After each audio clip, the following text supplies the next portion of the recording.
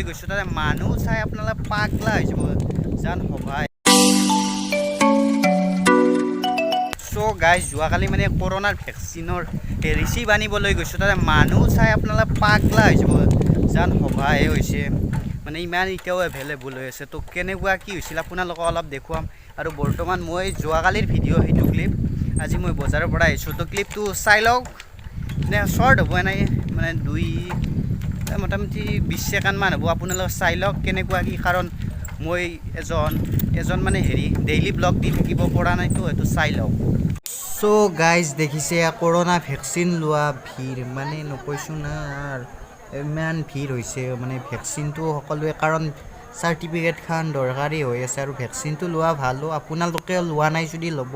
তো এইবিলাক মানুহ দেখিছেনে ভিৰ মানে কিবাকে আৰু কৈছোঁ না।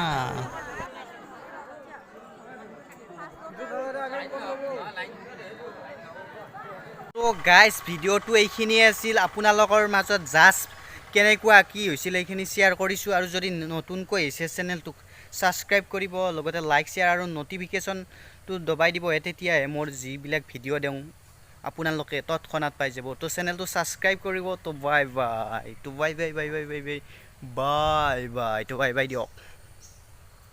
আৰু ইনষ্টাগ্ৰামত ফ'ল' কৰিবহে, ডেছক্ৰিপশ্যনত লিংকটো থাকিব।